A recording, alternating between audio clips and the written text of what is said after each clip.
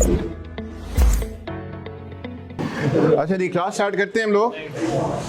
और हम लोगों ने लास्ट क्लास में जो डिस्कशन किया था वो 40-45 मिनट की इफेक्टिवली क्लास हमारी हुई थी, जिसमें हमने IE16 स्टार्ट किया था। और हो सकता है कुछ स्टूडेंट ने जो है वो लेक्चर रिकॉर्डिंग देख ली हो, और जिन्होंने नहीं भी देखा तो हम क्विकली उस काम को रिकैप कर लेते हैं। सही है, रमज़ान शरीफ में वो हमारी क्लास हुई थी फर्स्ट। तो कितने ऐसे बच्चे हैं जिन्होंने वो लेक्चर देख लिया था?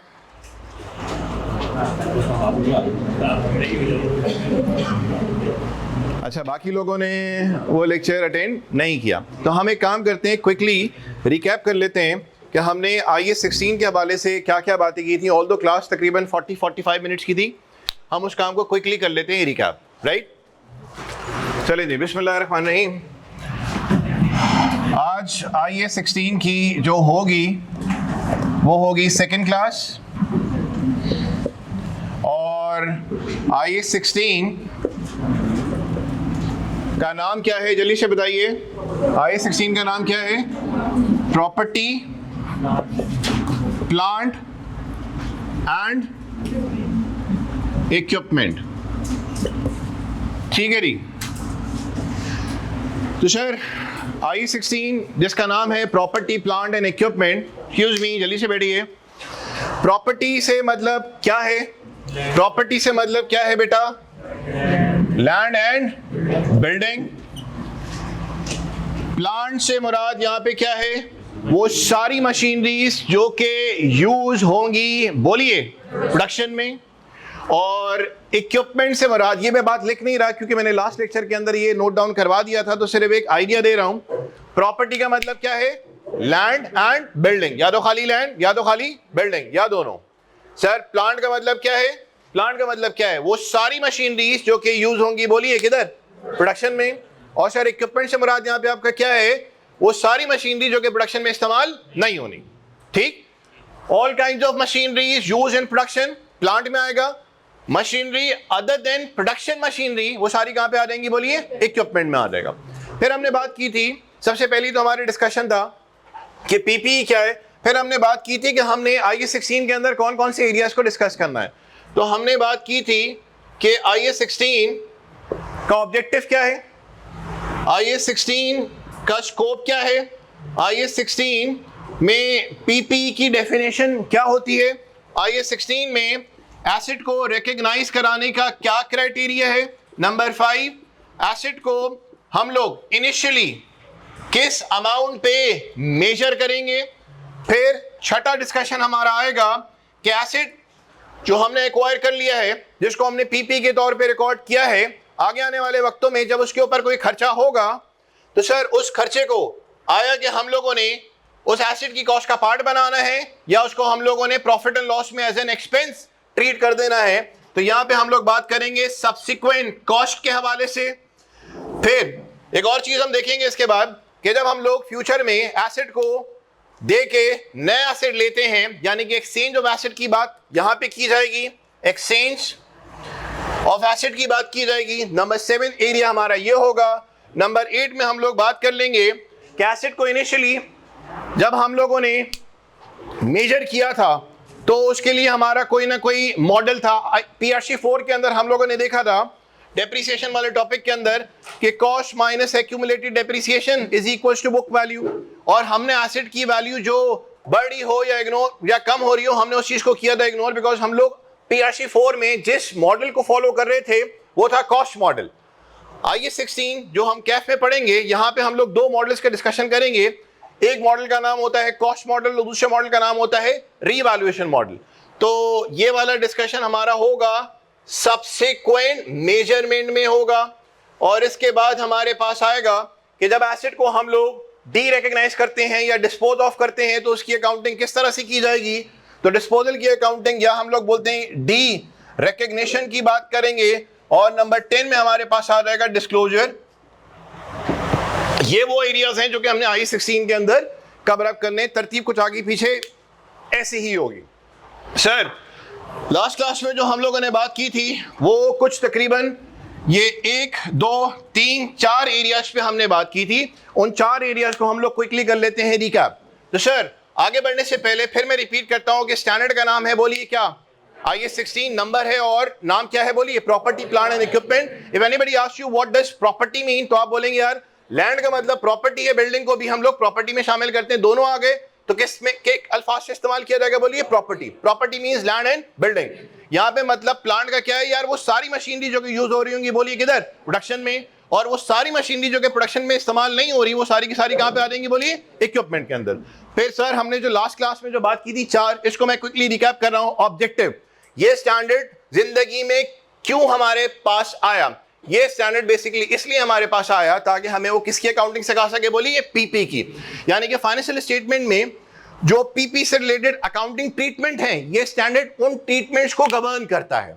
यानी कि ये स्टैंडर्ड हमारे जो भी पीपी से रिलेटेड जो फाइनेंशियल स्टेटमेंट में अकाउंटिंग ट्रीटमेंट है, ये उसको गवर्न करता है। मतलब सर पीपी की डेफिनेशन क्या होगी, कौन बताएगा? ये स्टैंडर्ड बताएगा। पीपी को हम अपनी बुक्स में कब रिकॉर्ड करेंगे, ये स्टैंडर्ड हमें बताएगा। कितने वैल्यू पे मेजर करेंगे, फ्यूचर में जो खर्चा होगा, कौन से खर्चे को एक्सपेंस आउट करना होगा, कौन से खर्चे को कैपिटलाइज करना होगा, जितनी भी बातें होंगी किसके हवाले से? बोलिए पीपी के हवाले से। ये स्टैंडर्ड जिंदगी में क्यों आया? ताकि हमें क्या सिखा सके? बोलिए पीपी की अकाउंटिंग सिखा सके। तो सर ये स्टैंडर्ड का स्कोप क्या है? ये स्टैंडर्ड का स्कोप सिर्फ पीपी से रिलेटेड जो अकाउंटिंग है, ये उसको गवर्न करता है। सर एसेट्स तो हमारे पास सैकड़ों होते हैं, लेकिन यहां पे IS 16 सिर्फ किसको डील करेगा?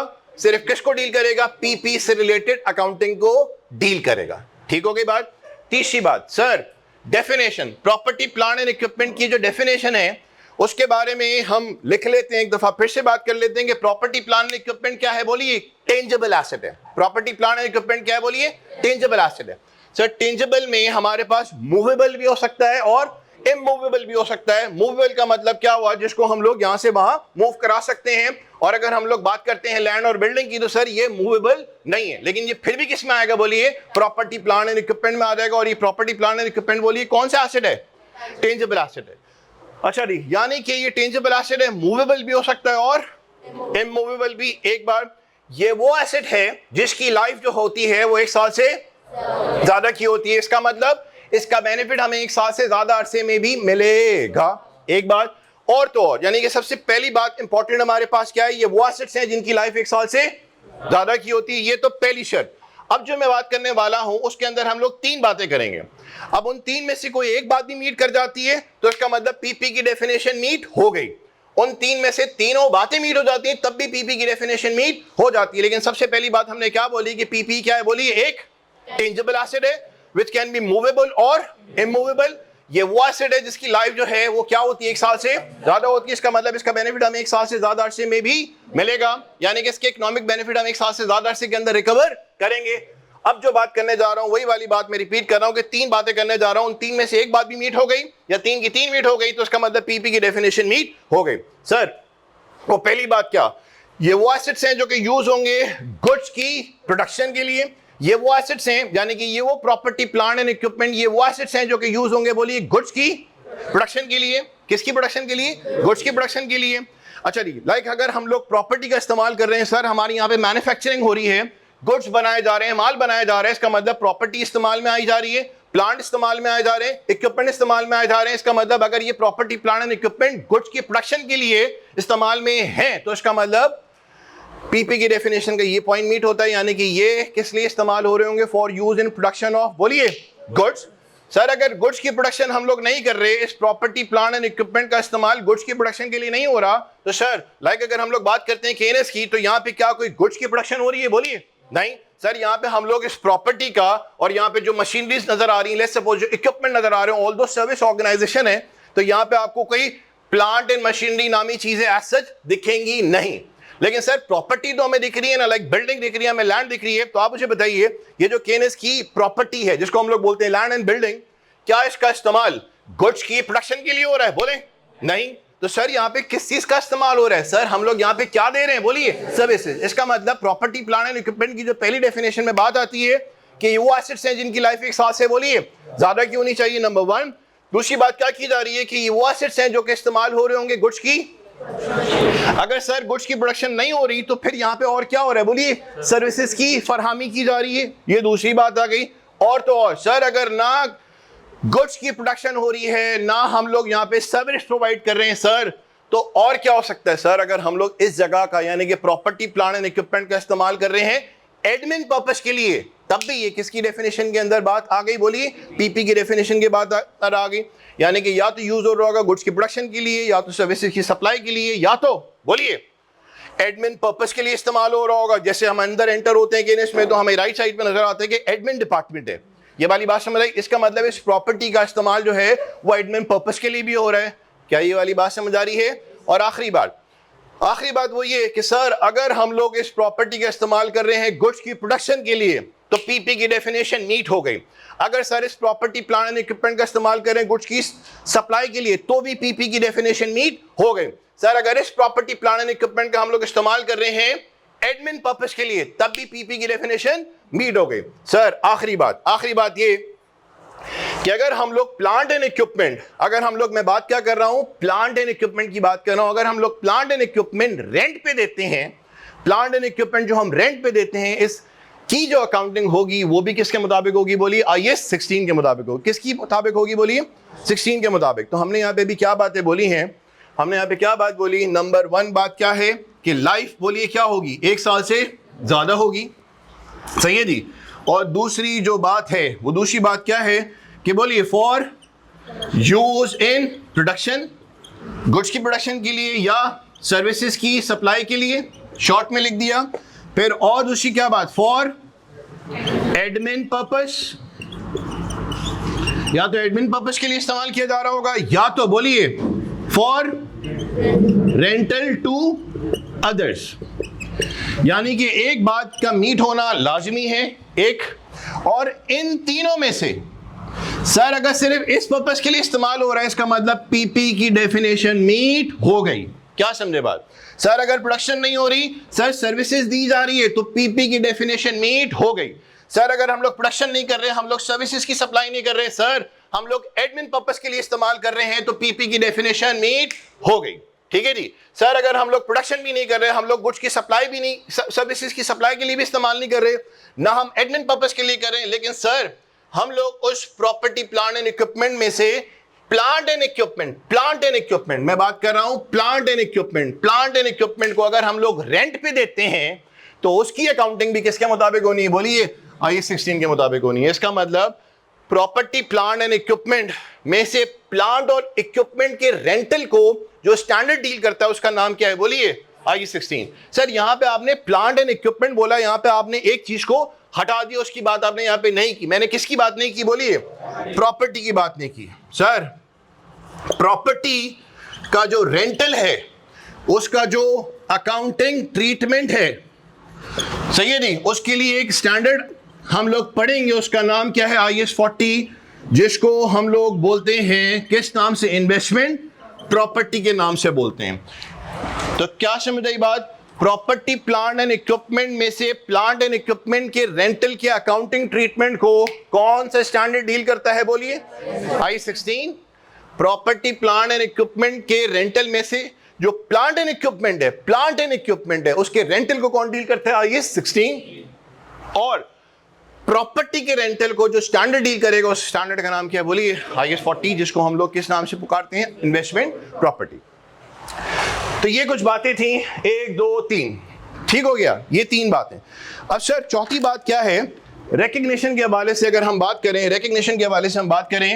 रिकग्नाइज का मतलब वैसे हम लोग क्या लेते हैं? पहचाना। हाँ जी, क्या आपने मुझे पहचाना? तो IAS 16 कहता है कि पीपीई को तुम अपनी बुक्स में कब पीपी के तौर पे रिकॉर्ड करने का राइट रखते हो, ये कोई और नहीं बताएगा, ये मैं बताऊंगा। और मेरा नाम क्या है? बोलिए, IAS 16। और मुझे जाना जाता है प्रॉपर्टी प्लांट एंड इक्विपमेंट के नाम से। और मेरा जो ऑब्जेक्टिव है वो मैंने तुम्हें शुरू में ही बता दिया था कि मैं यहां पे अगर एग्जिस्ट कर रहा हूं, मैं अगर दुनिया में आया हूं और मुझे नाम दिया गया है, बोलिए, IAS 16 का, तो बेसिकली जितनी भी पीपी से रिलेटेड जो फाइनेंशियल स्टेटमेंट में, पीपी से रिलेटेड जो फाइनेंशियल स्टेटमेंट में अकाउंटिंग ट्रीटमेंट है, उस सारे अकाउंटिंग ट्रीटमेंट को कौन गवर्न करता है? बोलिए, IAS 16। यानी कि पीपी के हवाले से जो भी इश्यूज हैं उसका हल किसके पास है? बोलिए, IAS 16 के पास। तो सुने, ये बात हुई, ये बात हुई, ये बात हुई। ऑब्जेक्टिव, मैं क्यों एग्जिस्ट कर रहा हूं? जवाब आया कि भाई तू पीपी से रिलेटेड जो भी फाइनेंशियल स्टेटमेंट के अंदर अकाउंटिंग ट्रीटमेंट है ना, आप बताओ। स्कोप पूछा गया कि भाई सर आप क्या सारे एसेट्स पे अप्लाई होते हैं? उसने बोला नहीं नहीं नहीं, मैं सिर्फ पीपी से रिलेटेड जो मैटर्स है ना, मैं उसको डील करता हूं। पूछा गया भाई आपकी डेफिनेशन क्या है? अभी हमने डेफिनेशन की बात की, भाई 1 साल से ज्यादा लाइफ होगी और बाकी जो 3 बातें थी उसमें से अगर एक भी मीट हो रही है, इसका मतलब पीपी की डेफिनेशन मीट हो गई। अब चौथी बात आ रही है यहां पे, रिकॉग्नाइज। वो कौन सा दिन होगा जब हम उनको अपनी किताबों में एसेट के तौर पे रिकॉर्ड कर सकते हैं? वो कौन सा दिन होगा? दिन होगा जब हम उनको अपनी किताबों में एसेट के तौर पे रिकॉर्ड कर सकते हैं। ठीक, तो जवाब यह आया, सुनो, जवाब यह आया जब रिस्क उस एसेट से रिलेटेड, जब रिवॉर्ड उस एसेट से रिलेटेड क्या हो गया होगा? ट्रांसफर हो गया होगा। क्या जवाब आया? हमने पूछा कि भाई हम आपके पास कब रिकॉर्ड किए जा सकते हैं, रिकग्निशन की बात हो रही, तो उसने बोला जब रिस्क एंड रिवॉर्ड ट्रांसफर हो जाएगा। रिस्क एंड रिवॉर्ड से मतलब क्या? जब उस एसेट से रिलेटेड जो भी फायदा होगा आपका, अगर कोई नुकसान होगा वो भी किसका होगा? आपका। जब इस चीज का राइट आपके पास आ गया कि जो भी फायदा होगा आपका, जो भी नुकसान होगा वो भी किसका होगा? आपका। ये वो दिन है जब आप अपनी किताबों में उसको अपने पास पीपी के तौर पे डेबिट कर सकते हैं। आज से पहले जब हमने पीआरसी 4 में ट्रांजैक्शन देखी, purchase plant and machinery for cash और ऑन क्रेडिट, तो हमने वहां पे इतनी कोई बात नहीं की। हमने सिंपल बोला कि प्लांट एंड मशीनरी बिजनेस का क्या होता है? बोलिए एसेट, और जब एसेट बढ़ता है तो हम लोग क्या करते हैं? बोलिए डेबिट। तो सर ये तो हमने इसका स्ट्रक्चर बनाया, और अगर स्ट्रक्चर नहीं भी बनाया तो हम सिंपल एंट्री बोल सकते थे, plant and machinery debit, cash bank या पेबल हमने क्या किया? बोलिए क्रेडिट। वहां पे हमने इस बात पे इतनी तवज्जो नहीं दी थी कि यार इसको रिकॉर्ड करने का राइट हमारे पास आता कब है। यहां पे भी हम ये देख रहे हैं कि पीपी को हम अपनी किताबों में कब डेबिट कर सकते हैं। तो स्टैंडर्ड ने ये कहा कि 2 बातें मैं कहूंगा, अगर वो 2 बातें मीट होती हैं तो इसका मतलब तुम अपनी किताबों में उसको अपने पास एज एन एसेट के तौर पे रिकॉर्ड कर सकते हो। पहली बात उसने क्या बोली रिकग्निशन के हवाले से? रिकग्निशन के हवाले से उसने पहली क्या बात बोली कि फ्यूचर इकोनॉमिक बेनिफिट्स क्या होने चाहिए? बोलिए प्रोबेबल होने चाहिए। सर मतलब क्या हुआ? मतलब क्या हुआ? जब हमारे पास कंट्रोल आ जाता है, जब हमारे पास प्लांट एंड मशीनरी का या प्रॉपर्टी का कंट्रोल आ जाता है, कंट्रोल का मतलब समझते हैं, ये चीज मेरी है और इसको मैं यूज करने की सारी सलाहियतें रखता हूं और इसको मेरी मर्जी के बगैर कोई हाथ भी नहीं लगा सकता। याद करें जब आप लोगों ने एसेट की डेफिनेशन जिंदगी में पीआरसी लेवल पे शुरू में पढ़ी होगी तो वहां पे बताया होगा एसेट क्या होता है? सर कमाने का जरिया, रिसोर्स। याद आ रही है बात? जिस पे मेरा क्या होता है? बोलिए कंट्रोल। सर ये कंट्रोल बड़ा दमदार अल्फाज है, कंट्रोल बड़ा यहां पे मैटर करता है वर्ड। रिसोर्स कमाने का जरिया जिस पे मेरा क्या होता है? बोलिए कंट्रोल। और उस कंट्रोल की बदौलत आगे आने वाले वक्तों में मैं उससे क्या हासिल करूंगा? बोलिए बेनिफिट। तो हमने बोला सर अगर ये 3 बातें मीट कर रही हैं तो इसका मतलब इसको हम लोग एक नाम से पुकारेंगे और वो नाम क्या होगा? बोलिए एसेट का। यानी कि एसेट इज अ रिसोर्स जिसको कौन कंट्रोल करता है? एंटिटी कंट्रोल करती है, और उस कंट्रोल की बदौलत आगे आने वाले वक्तों में उससे क्या हासिल कर रहे होते हैं? बोलिए बेनिफिट। ठीक हो गई बात? सर कंट्रोल का मतलब यहां पे क्या है? एक दफा फिर से मैं रिकॉल करा रहा हूं। कंट्रोल का मतलब यह है कि भाई अगर इस चीज को मैंने अपना एसेट बोला ना तो इस चीज से मैं बेनिफिट लेना बखूबी जानता हूं, राइट? मेरे पास इतनी सलाहियत है कि मैं इससे बेनिफिट हासिल कर सकता हूं, राइट? और तो और मेरी मर्जी के बगैर कोई इसको और इस्तेमाल या हाथ भी नहीं लगा सकता, क्योंकि इस पे मेरा क्या मौजूद है? बोलिए कंट्रोल। क्या मौजूद है? कंट्रोल। तो जब इतना आपका कॉन्फिडेंस है कि आपने प्लांट एंड मशीनरी एक्वायर की है, तो आप मुझे बताइए जब प्लांट एंड मशीनरी आपने एक्वायर की है तो क्या प्रोडक्टिविटी बढ़ेगी या नहीं बढ़ेगी? बढ़ेगी। जब प्रोडक्टिविटी बढ़ेगी तो आप मुझे बताइए, शाबाश, सेल्स बढ़ेगी नहीं बढ़ेगी? बढ़ेगी। और जब सर सेल्स बढ़ेगी तो सर हमारे पास कैश फ्लोज में इजाफा होगा या नहीं होगा? होगा। तो इसका मतलब सर अगर मैं प्लांट एंड मशीनरी खरीदता हूं तो और इस बारे में मैं श्योर हूं कि मेरी प्रोडक्टिविटी बढ़ेगी, और जब प्रोडक्टिविटी बढ़ेगी तो सर मैं माल आगे बेचूंगा। जब मैं बेचूंगा तो आप मुझे बताइए कैश फ्लोज में इजाफा होगा या नहीं होगा? Sir I am damn sure about it.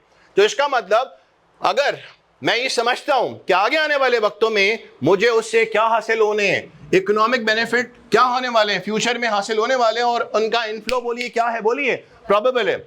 Probable से मतलब क्या हुआ? ओ भाई, जब कंट्रोल मेरे पास आ गया, सुनना, और जब मैं रिस्क एंड रिवॉर्ड एंजॉय करने की पोजीशन में आ गया तो मैं ये कह सकता हूं कि आगे आने वाले वक्तों में ये एसेट मुझे फायदा देके जाएगा। अगर इस चीज में मैं श्योर हूं तो इसका मतलब जो रिकग्निशन क्राइटेरिया में से एक बात है वो क्या, कि वो बोलता है भाई तुम पीपी को अपनी बुक्स में डेबिट आज से पहले तो बिना सोचे समझे कर रहे थे कि भाई एसेट खरीदा, PP debit, PP debit, PP debit. लेकिन अब मैं तुम्हें यहां पे शराइत बता रहा हूं कि अगर ये शराइत मीट करेगी तभी तुम उसको अपने पास पीपी के तौर पे डेबिट कर सकते हो, अदरवाइज नहीं कर सकते। वो कौन सी शर्त है? पहली शर्त कि उससे जो इकोनॉमिक बेनिफिट आगे आने वाले वक्तों में जो हासिल होना है, और ये श्योर कि आप उससे इकोनॉमिक बेनिफिट हासिल कर लेंगे। आपने बोला हाँ सर मैं श्योर हूं क्योंकि मेरे पास कंट्रोल है, और sir risk and reward enjoy करने की मैं पोजीशन में आ चुका हूं, और मैं ये कह सकता हूं कि आगे आने वाले वक्तों में मुझे इससे फ्यूचर में आगे आने वाले वक्तों में मुझे इससे क्या हासिल होगा? बोलिए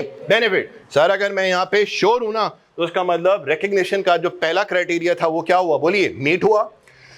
दूसरी बात वो ये कहता है कि भाई उसकी कोई ना कोई होनी चाहिए कॉस्ट। हमने बोला ऑब्वियसली कॉस्ट होनी चाहिए, और उसने बोला उस कॉस्ट को तुम क्या रिलायबली मेजर कर सकते हो या नहीं। सर ये क्राइटेरिया इतना मुश्किल नहीं है जिस पे हम इतनी बात करें। क्या तुम उसकी कोई ऑथेंटिक वैल्यू वर्कआउट कर सकते हो? सर वर्कआउट करने की तो इतनी दिक्कत फिलहाल अभी हमें नजर ही नहीं आई। एक चीज है लाख की, और इसको खरीदने में हमारा 50,000 रुपए का खर्चा हो गया, और वो खर्चा हमारे लिए बड़ा जरूरी था। तो हमने बोला भाई 1,50,000 रुपए का हमें एसेट पड़ गया, इसमें एस्टिमेट करने की जरूरत है ही नहीं। लेकिन कुछ सिनेरियोज हमारे पास ऐसे आएंगे जहां पे हम ये देखेंगे कि हमने कॉस्ट के अंदर कुछ चीजों को एस्टिमेट करना पड़ेगा। तो अगर हम लोग उसकी कॉस्ट को रिलायबली मेजर कर सकते हैं, राइट, तो हमने क्या कहा कि रिकग्निशन के दो बातें मीट अगर हो जाती हैं तो हम लोग अपने पास पीपी को अपने पास क्या कर सकते हैं? बोलिए डेबिट कर सकते हैं। तो जल्दी से बताइए रिकग्निशन के अंदर कितनी बातें आती हैं? जल्दी से बोलिए। दो बातें आएंगी। पहली बात कि भाई उससे फ्यूचर में इकोनॉमिक बेनिफिट का इनफ्लो क्या होना चाहिए? प्रोबेबल।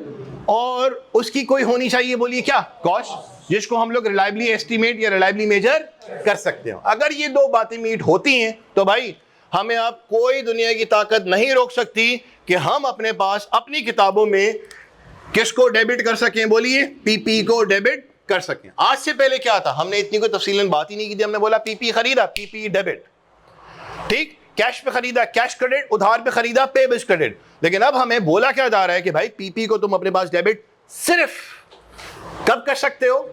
जब दो बातें मीट होंगी। दो बातें क्या? फ्यूचर इकोनॉमिक बेनिफिट क्या होना चाहिए? प्रोबेबल, और तो और उसकी कोई होनी चाहिए कॉस्ट। ऑब्वियसली बात है कॉस्ट होनी चाहिए, और उस कॉस्ट को तुम रिलायबली मेजर कर सकते हो।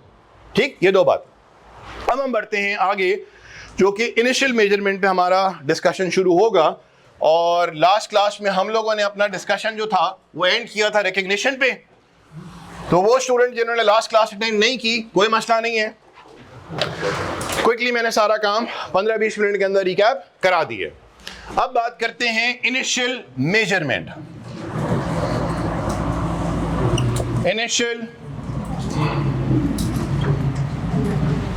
मेजरमेंट, सर इनिशियल मेजरमेंट का मतलब क्या हुआ? मैं अपने पास एसेट को इनिशियली किस अमाउंट पे रिकॉर्ड करूंगा। ठीक, एसेट को मैं इनिशियली किस अमाउंट पे रिकॉर्ड करूंगा। तो यहां पे हम देखेंगे कि एसेट की कॉस्ट के अंदर हमारे पास आनी है कुछ तीन तरह की कॉस्ट। कुछ तीन तरह की कॉस्ट आनी है, और एक कॉस्ट को हम लोग बोलते हैं परचेज प्राइस बोलते हैं, ठीक है जी। दूसरी कॉस्ट को हम लोग बोलते हैं डायरेक्टली एट्रीब्यूटेबल कॉस्ट बोलते हैं, और तीसरी कॉस्ट को हम लोग बोलते हैं डिसमेंटलिंग कॉस्ट का नाम देते हैं। यानी कि सिनेरियो जरा आप समझो, हमने समझा कि भाई पीपी क्या काम है तुम्हारा यहाँ पे? उसने बोला भाई मैं इन सवालात का जवाब देने का राइट रखता हूँ। हमने बोला भाई तू क्या सब एसेट्स पे लगता है? उसने बोला नहीं उस्ताद, पीपी पे। हमने बोला बताओ तुम्हारी तारीफ क्या है? उसने बोल दिया भाई 1 साल से ज़्यादा वगैरह वगैरह। हमने बोला भाई तुम्हें हम रिकॉर्ड कब कर सकते हैं? उसने बोला भाई बात सुन, 2 बातें मीट होंगी ना तो तू अपनी बुक्स में जाके मुझे डेबिट कर सकता है। ठीक हो गया। अब बात कौन सी आ रही? 5वीं। हमने बोला भाई डेबिट करने की इजाजत हमें मिल गई है क्योंकि रिकग्निशन क्राइटेरिया की दोनों बातें मीट हो गई। हमने बोला यार इजाजत तो मिल गई, अब हम तुम्हें जो डेबिट करेंगे वो कितने अमाउंट से करेंगे? उसने बोला आओ जरा बातें करते हैं। क्या बातें करते हैं? उसके अंदर 3 आ रही हैं बातें। आई होप सो आपको बात समझ आ रही होगी कि ऑब्जेक्टिव का क्या पर्पस था, स्कोप क्या है और डेफिनेशन क्या है, और मैं तुम्हारी बुक्स में कब हाजिरी दे सकता हूं, हाजिरी दूंगा, कितने अमाउंट से दूंगा। उसने बोला इधर आओ बात बताता हूं कि इनिशियली मेजर जो होगा वो कॉस्ट पे होगा, और कॉस्ट के अंदर हमारे पास कितनी बातें आएंगी? बोलिए 3 बातें। याद कीजिए जिन्होंने PRC 4 में मैन्युफैक्चरिंग काउंटिंग वाला पोर्शन किया था तो बताया था कि कॉस्ट के अंदर 3 एलिमेंट्स होते हैं। एक होता है क्या? मटेरियल, दूसरा क्या होता है? लेबर, और तीसरा क्या होता है? Other expenses. वो किसकी बात हो रही थी हमारे पास? इन्वेंट्री की। ये वाली बात समझ आई? हम लोग यहाँ पे पीपी की कॉस्ट के अंदर 3 तरह की कॉस्ट देखने वाले हैं। एक है परचेज प्राइस, दूसरा क्या है बोलिए? डायरेक्टली एट्रीब्यूटेबल कॉस्ट, और तीसरी कॉस्ट हमारे पास क्या है? Dismantling cost. Sir purchase price, purchase price क्या होती है? जो भी हमारे पास लिस्ट प्राइस होती है या जो टैग प्राइस होती है उसमें हम लोग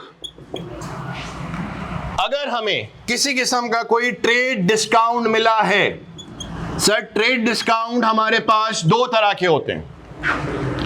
या तो हमें अगर बल्क परचेज करने पे डिस्काउंट मिल गया, बल्क परचेज करने पे डिस्काउंट मिल गया, इसको भी हम किसकी कैटेगरी में ले जाते हैं बोलिए? Trade discount. और अगर हमने बल्क में नहीं खरीदा है, सही है जी, हमने एक तो होता है कौन सा डिस्काउंट ट्रेड डिस्काउंट के अंदर? Bulk purchase discount. और दूसरा कौन सा होता है? Bargain discount. ठीक, ट्रेड डिस्काउंट के अंदर कितने डिस्काउंट आने हैं हमारे पास? 2 डिस्काउंट आने हैं। अगर हम लोग कोई चीज बल्क में खरीद रहे हैं उसके ऊपर जो हमें डिस्काउंट मिल रहा है वो भी किसके अंदर आ जाएगा बोलिए? Trade discount. और अगर हम लोग बल्क में लेट्स सपोज नहीं खरीद रहे लेकिन हम लोग ने बार्गेन किया और उसके ऊपर हमें अगर कुछ डिस्काउंट मिल गया तो वो भी किसके अंदर आ जाएगा बोलिए? ट्रेड डिस्काउंट के अंदर आ जाएगा। इसका मतलब ट्रेड डिस्काउंट के अंदर हमारे पास 2 तरह के डिस्काउंट हैं। एक क्या है बोलिए? बल्क परचेज डिस्काउंट है, और दूसरा कौन सा है बोलो? Bargain discount. तो बताइए लिस्ट प्राइस जो रिटेल प्राइस है या जो टैग प्राइस है, राइट? ट्रेड डिस्काउंट अगर हमें मिल गया तो बेसिकली हमारी परचेज प्राइस बढ़ेगी या कम होगी बोलिए? कम होगी, राइट? माइनस हो जाएगा।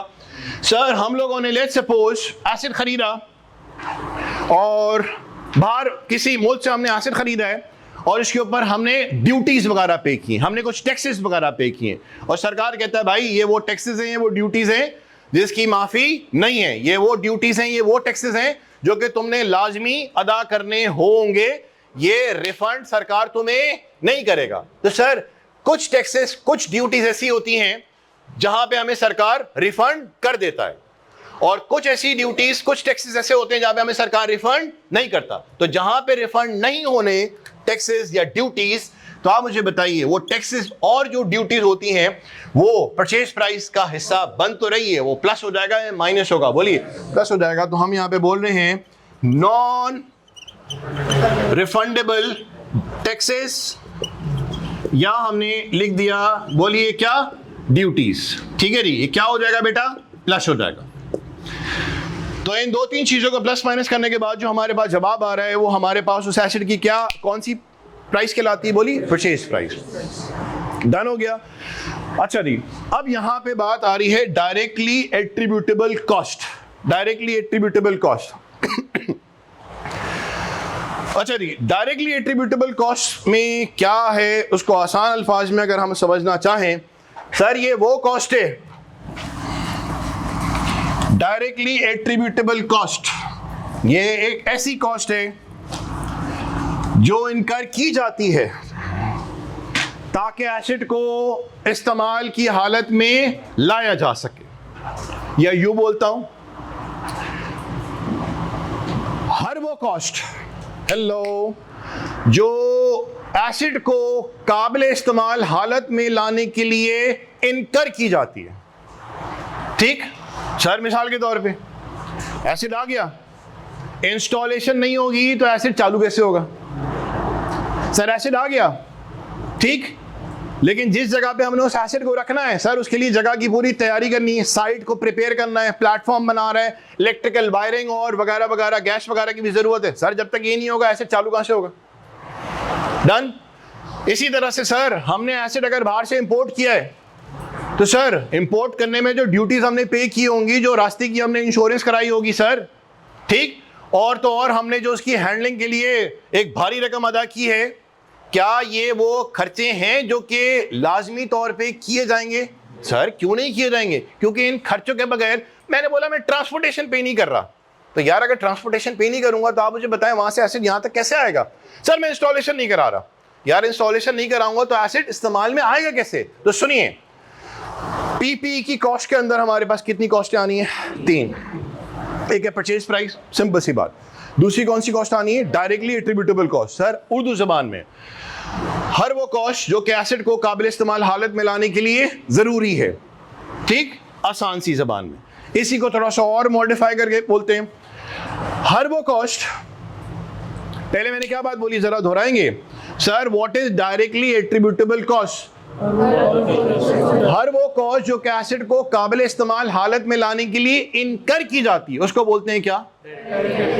और आसान सर, एसिड को चालू करने के लिए जो भी कॉस्ट इनकर की जाएगी उसको क्या बोलते हैं? Directly attributable. ये तो बिल्कुल ही कैजुअल, सर एसिड को चालू करने में अपने को इतना खर्चा होना है, ठीक, this is direct attributable cost. Sir acid को काबिल इस्तेमाल हालत में लाने के लिए जो कॉस्ट इनकर की जाती है क्या बोलते हैं? तीसरी बात, सर एसिड को प्रेजेंट लोकेशन में लाने के लिए, लोकेशन आप थोड़ा सा इंग्लिश टच दे रहे हैं, मतलब फॉर्मल टच दे रहे हैं, एसिड को प्रेजेंट लोकेशन में लाने के लिए, ओ भाई वो जर्मनी में पड़ा हुआ एसिड, ठीक, उसको यहां तक लाने के लिए, और प्रेजेंट लोकेशन में लाने के लिए, प्रेजेंट कंडीशन में लाने के लिए जो कॉस्ट इनकर की जाएगी ताकि मैनेजमेंट उसको अपनी ख्वाहिशात के मुताबिक इस्तेमाल कर सके।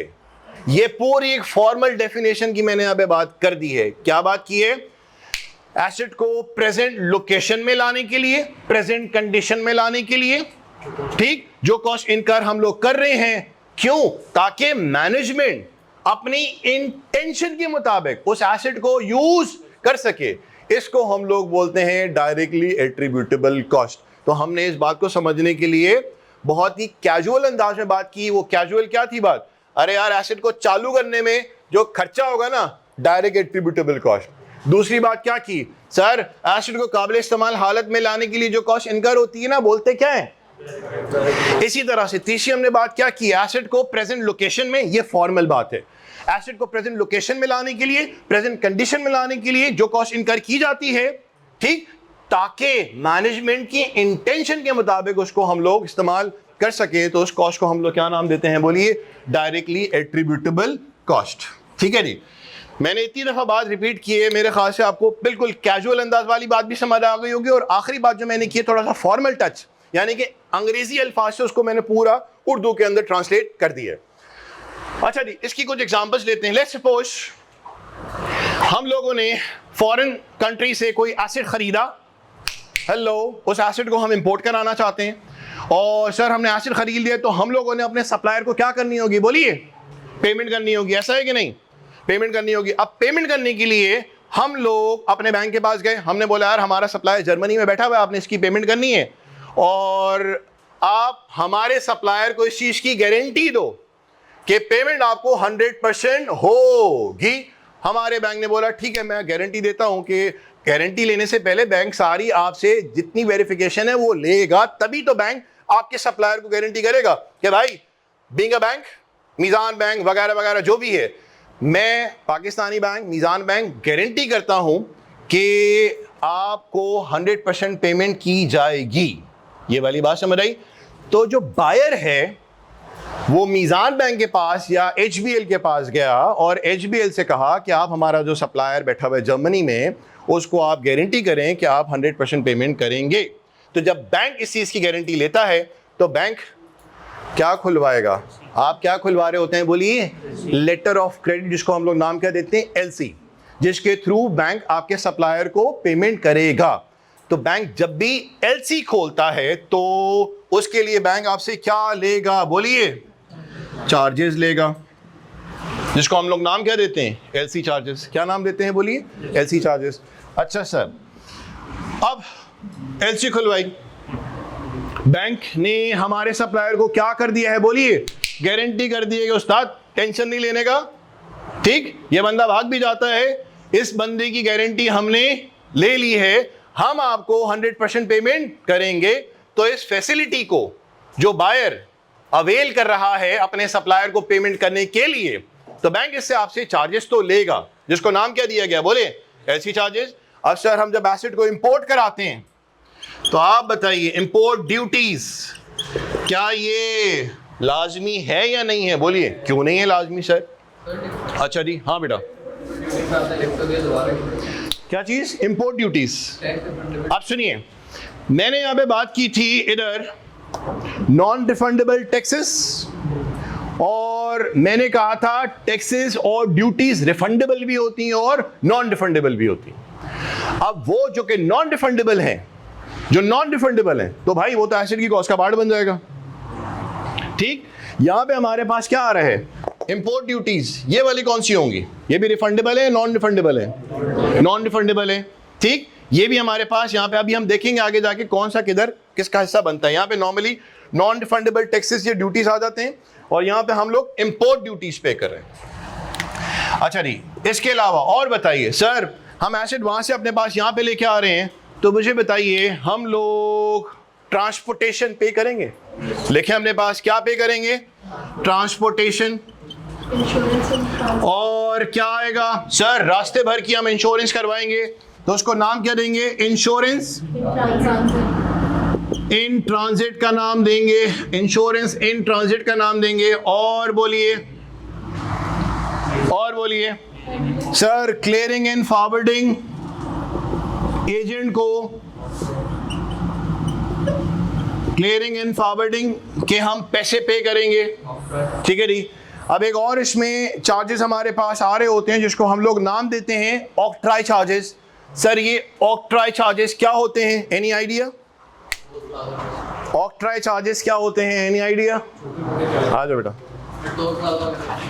हाँ जी, जैसे कि for example asset Karachi port पड़ा हुआ है और हमने पंजाब ले जाना है, तो मुझे बताइए जब कराची पोर्ट से निकलेगा और फिर हैदराबाद टूल प्लाजा पे या कराची टूल प्लाजा पे और डिफरेंट टूल प्लाजा से गुजर के जा रहा होगा, तो सरकार ने यहाँ भी बख्शना नहीं है। वो बोलेगा भाई कराची से आप हैदराबाद, हैदराबाद से अगर आप सक्खर या आप पंजाब साइड पे जाते हैं तो आपने हर टूल पे जो है वो चुंगी चार्जेस देने हैं। हेलो, चुंगी चार्जेस समझते हैं आप? चुंगी चार्जेस बोल दें या आप उसको बोल दें ऑक्ट्राई चार्जेस। तो भाई ये वो चार्जेस हैं जो कि लाजमी देने पड़ेंगे ताकि आपका एसेट एक शहर से दूसरे शहर में जाए। डन। हमने बोला हम नहीं देते भाई, बदमाशी तो नहीं है, ये वो चार्जेस हैं जो कि हमने लाजमी तौर पे देने हैं, जिसको हम लोग नाम क्या दे रहे हैं बोलिए? ऑक्ट्राई चार्जेस का नाम दे रहे हैं। और बताइए सर, जिस जगह हमने इस एसेट को इंस्टॉल करना है, उस एसेट की इंस्टॉलेशन के लिए इंस्टॉलेशन कॉस्ट तो होगी, लेकिन इंस्टॉलेशन से पहले हम लोग उस जगह को क्या करते हैं? प्रिपेयर करते हैं, जिसको नाम क्या देते हैं? साइट प्रिपरेशन का नाम देते हैं। और फिर क्या आ गया बोलिए? इंस्टॉलेशन कॉस्ट वगैरह वगैरह, बहुत सारी इसमें कॉस्ट आएंगी। बेसिकली हमने किस बात को समझने की यहाँ पे कोशिश करनी है कि यार ये डायरेक्टली एट्रीब्यूटेबल कॉस्ट है क्या? एग्जाम्पल इसमें सैकड़ों ऐड हो जाएंगे, लेकिन what is directly attributable cost? वो कॉस्ट जो कि लाजमी तौर पे इनकर की जाएगी ताकि एसेट को प्रेजेंट लोकेशन में और कंडीशन में लाया जा सके। यहाँ पे एक नोट करके बात लिखिए जल्दी से, नोट करके एक बात लिखिए जल्दी से।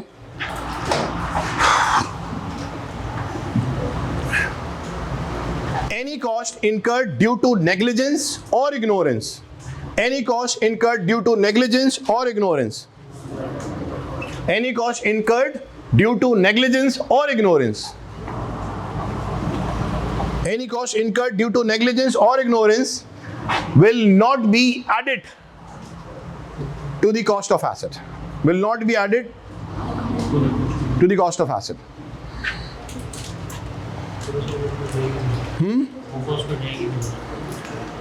प्रॉफिट एंड लॉस में वो नहीं आएगी तो प्रॉफिट भाई वो कॉस्ट जो क्या खर्चा हुआ, ठीक, या तो एसेट की कॉस्ट में ऐड कराओ। हमने बोला भाई यहाँ तो ऐड नहीं होगा, हमने बोला तुम यहाँ से चले जाओ। उसने बोला भाई मेरे पास एक ही जगह जाने की, प्रॉफिट एंड लॉस, मैं आ गया। तो इसका मतलब भाई खर्चा होगा या तो एसेट की कॉस्ट का पार्ट बनेगा, ठीक। अगर एसेट की कॉस्ट का पार्ट नहीं बन रहा तो इसका मतलब दूसरा ऑप्शन क्या है उसके पास, कहां पे जाएगा, प्रॉफिट एंड लॉस में जाएगा, एज एन एक्सपेंस के तौर पे चार्ज हो जाएगा। अब सर यहाँ पे क्या बात बोली जा रही है, हर वो कॉस्ट नोट में हमने क्या लिखा, वो कॉस्ट जो कि हमारी कोताही की वजह से इनकर हो रही है। सर हम एसेट को यहां से रिमूव करके उस तरफ ले जा रहे थे और जो हमारा क्या कहते हैं क्रेन थी उससे वो डिसलोकेट हुआ और वो गिरा और टूट फूट का शिकार हुआ। तब आप मुझे बताइए ये जो भी नुकसान हुआ, स्टैंडर्ड ये बोलता है कि इस तरह की कॉस्ट को क्या कॉस्ट बोली है, cost incurred due to negligence और इग्नोरेंस। अगर हमने इस तरह की तोड़ फोड़ को बार बार एसिड कॉस्ट में ऐड कर रहे हैं, पता चला एसिड जो है वो इस्तेमाल के तो काबिल रहा नहीं है, लेकिन एसिड हमारी बुक्स में मिलियंस में शो हो रहा है क्योंकि हम लोग बार बार क्रेन में चढ़ाते हैं और धम करके गिराते हैं। हमने बोला भाई एसिड कॉस्ट में ऐड अगर होना है तो कॉस्ट बढ़ते जाएगी। स्टैंडर्ड ने बोल दिया भाई वो कॉस्ट जो इनकर हो रही है हमारी कोताही की वजह से, उसको मैं एसिड की कॉस्ट का पार्ट हरगिज बनने नहीं दूंगा। तो cost incur due to negligence और ignorance will not be added to the cost of asset. Sir हमने एसिड को एक फला जगह पे साइट प्रिपेयर की जिसमें हमारा मिस्त्री की भी खिदमात हमने ली, इलेक्ट्रिशियन था, प्लम्बर था, कारपेंटर था, वगैरह वगैरह। हमने उस एसिड को आके यहाँ पे इंस्टॉल कर लिया। कुछ टाइम में हमने डिसाइड किया, हमने बोला यार ये यहाँ अच्छा नहीं लग रहा, एक काम करते हैं इसको यहाँ से हटाते हैं और इसको फैक्ट्री में इस जगह जाके रख देते हैं। स्टैंडर्ड बोलता है कि भाई इनिशियली जो तुमने साइड प्रिपरेशन पे जो खर्चा किया था ना, मैं उस खर्चे को एसिड की कॉस्ट का पार्ट बनने दूंगा, लेकिन तुम आज यहाँ जगह चेंज कर रहे हो, कल वहां जगह चेंज कर रहे हो। बोले यार इस तरह की नौटंकी जो है ना वो नहीं चलने दूंगा मैं। एक दफा की साइड प्रिपरेशन पे जो खर्चा हुआ that will be added to the cost of asset. और बार बार ये तुम हरकतें कर रहे हो कि यार यहाँ अच्छा नहीं लग रहा तो वहां रख दूं, वहां नहीं लग रहा तो यहाँ रख दूं, फिर जो साइड प्रिपरेशन पे जो खर्चा हो रहा होगा भले आप जगह को चेंज करें, स्टैंडर्ड ये कहता है कि साइड प्रिपरेशन पे जो यहाँ पे फिर से खर्चा होगा उस खर्चे को मैं एसिड की कॉस्ट का पार्ट बनने नहीं दूंगा। तो सर उसका हम क्या करेंगे, प्रॉफिट एंड लॉस में ले जाएंगे, उसको एक्सपेंस के तौर पे ट्रीट कर देंगे। क्या ये वाली बात समझ रही? हाँ जी।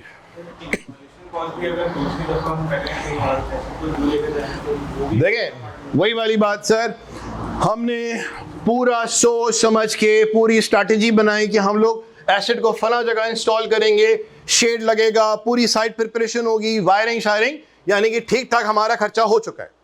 इंस्टॉलेशन भी हमने कराई। अब हमने बोला नहीं यार इसको यहाँ नहीं वहां पे उठा के रखते हैं, तो बेसिकली उसको अनइंस्टॉल करोगे, फिर हमारे पास सारी इक्विपमेंट्स आ रहे होंगे, बड़ी बड़ी मशीनरी की अगर हम बात करें तो उसको उठा के वहां अगर रखेंगे तो सर खर्चे तो हमारे वही खर्चे सेकेंड टाइम हो रहे हैं, चाहे वो इंस्टॉलेशन का हो, ठीक, चाहे वो अनइंस्टॉलेशन का हो। स्टैंडर्ड ने बोल दिया बार बार के खर्चे जो है वो एसिड की कॉस्ट का पार्ट में बनने नहीं दूंगा, सिर्फ इनिशियली जो हुआ था उसको मैं एसिड की कॉस्ट का पार्ट बनने दूंगा। तो बेटा क्या बात हुई, ऑब्जेक्टिव वाली बात क्लियर है, स्कोप वाली बात भी क्लियर है, डेफिनेशन के अंदर कितनी बातें आई वो भी हमें समझ आ गया, रिकग्निशन के अंदर कितनी बातें, 2 बातें।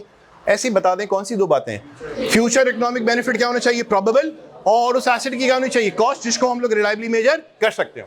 फिर हमने बात की कि भाई इजाजत तो मिल गई कि हम अपनी बुक्स में तुम्हें पीपी के तौर पे रिकॉर्ड कर सकते हैं, बहुत खुशी हुई, इजाजत मिल गई। अब मैं जब रिकॉर्ड करने जा रहा हूं पीपी को तो डेबिट करूंगा, पीपी को जो डेबिट करूंगा वो कितने अमाउंट से करूंगा, हमें ये बताया गया कि उसकी कॉस्ट के अंदर कितनी कॉस्टें आनी है, जल्दी से बोलिए, परचेज प्राइस आनी है, दूसरी क्या आनी है, डायरेक्ट एट्रीब्यूटेबल कॉस्ट, और तीसरी कॉस्ट जो हमारे पास आनी है उसको हम लोग क्या बोलते हैं, dismantling cost. Sir dismantling cost क्या होती है, जरा इस पे हम बात करते हैं।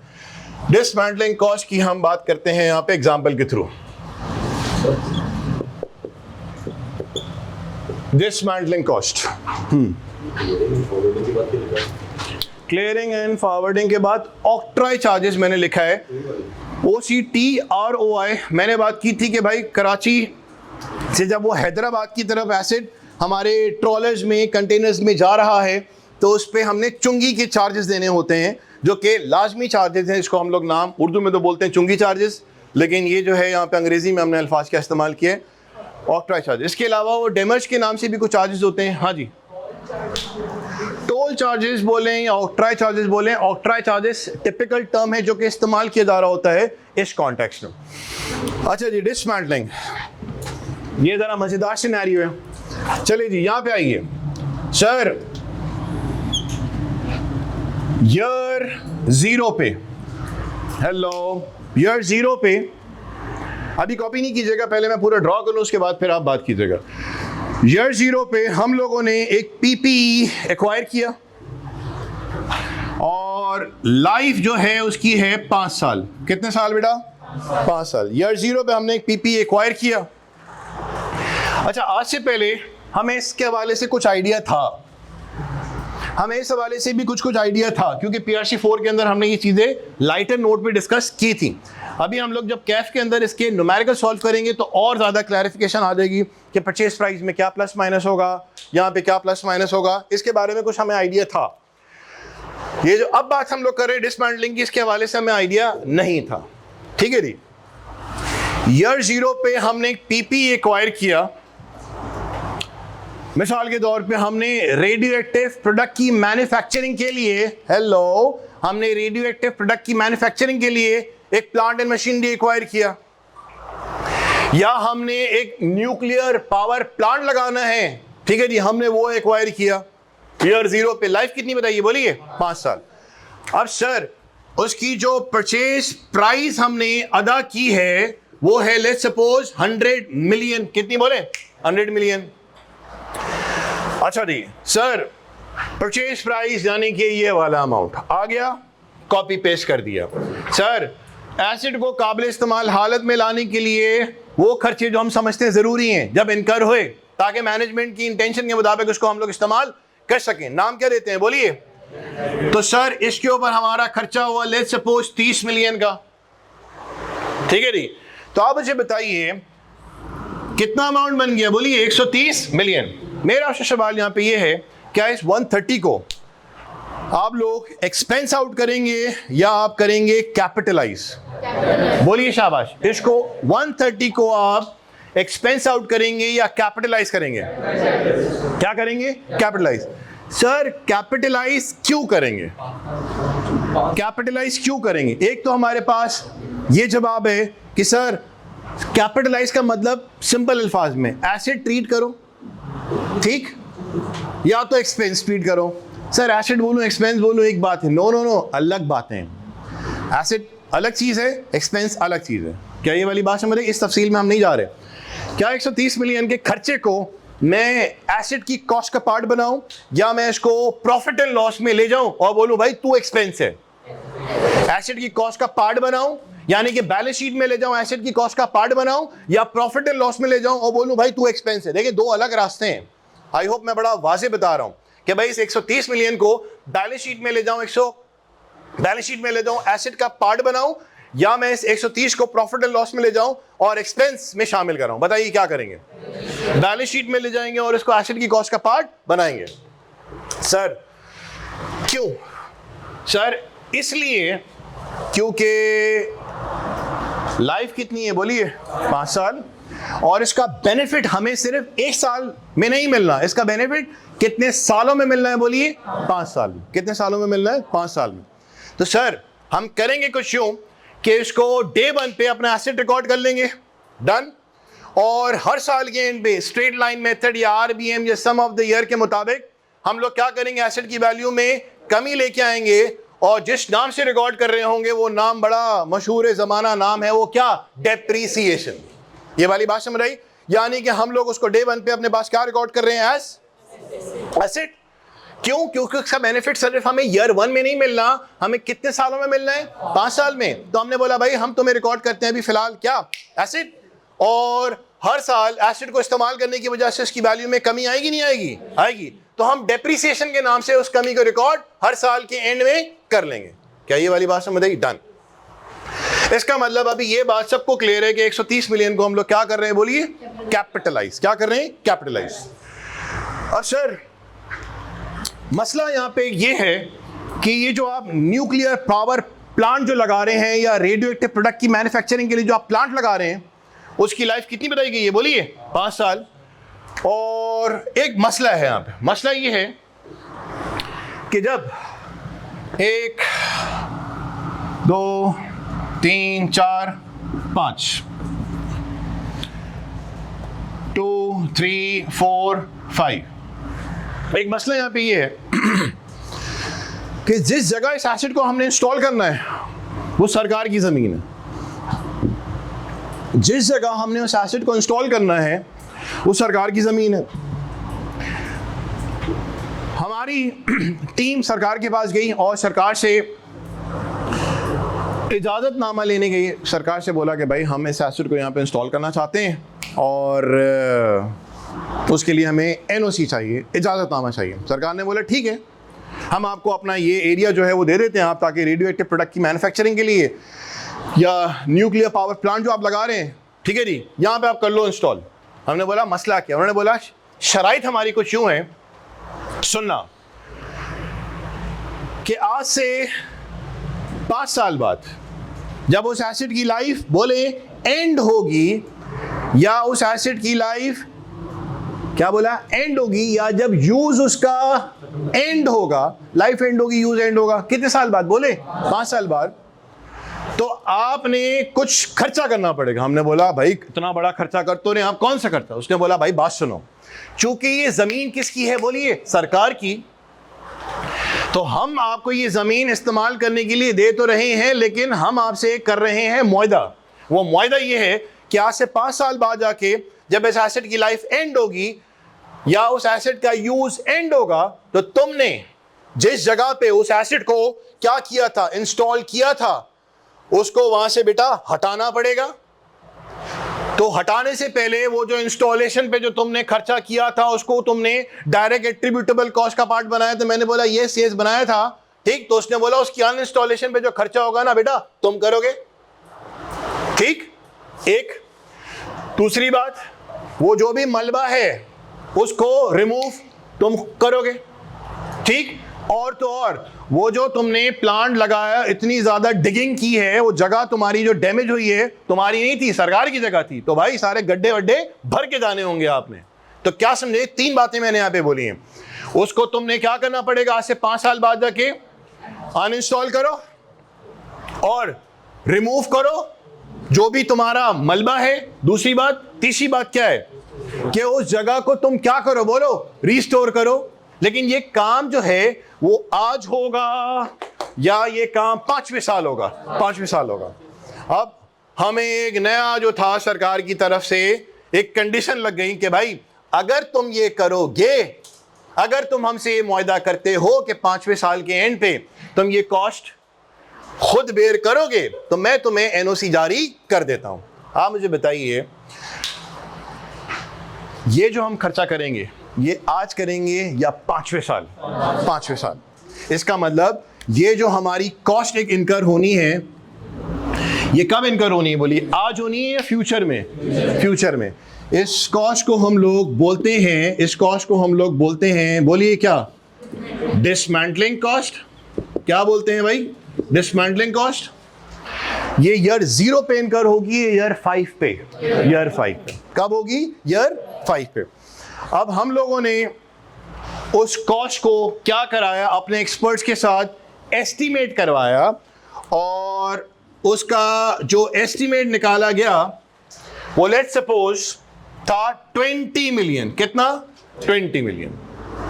कितना है? बोलिए, 20 मिलियन। अब सर आगे बढ़ने से पहले मैं आपसे ये पूछता हूं, बताइए ये 20 मिलियन का जो भी खर्चा होगा ये क्यों हो रहा है? पहले ये बताइए, ये 20 मिलियन का खर्चा करना जरूरी है या नहीं है? बोलिए, जरूरी है। सर अगर ये खर्चा हम नहीं करेंगे ना तो सरकार हमें उस एसेट को यूज करने की परमिशन नहीं देगी। तो इसका मतलब ये 20 मिलियन का खर्चा ऑप्शनल है या कंपल्सरी दिखता है? क्या ये खर्चा आज हो रहा है या कल होगा? कल होगा, मतलब कल से मुराद 5वें साल होगा। ठीक, हमने उस खर्चे को क्या किया, एस्टिमेट कराया। एक्यूरेट नहीं है, बोलिए एस्टिमेट निकलवाया, कितना आया बोलिए 20 मिलियन। कितना आया? 20 मिलियन। अब मैं आपसे पूछता हूं, तकरीबन 20 मिलियन का जो कैश आउटफ्लो है वो ईयर 0 पे होगा या ईयर 5 के एंड पे होगा? ईयर 5 के एंड पे होगा। कब होगा? ईयर 5 के एंड पे होगा। अब बताइए, इस 20 मिलियन के खर्चे को हम लोग एक्सपेंस आउट करेंगे या कैपिटलाइज करेंगे? इस 20 मिलियन के खर्चे को हम लोग एक्सपेंस आउट करेंगे या कैपिटलाइज करेंगे? क्या ख्याल है, बोलिए। एक्सपेंस करेंगे, कैपिटलाइज, जी बोलिए।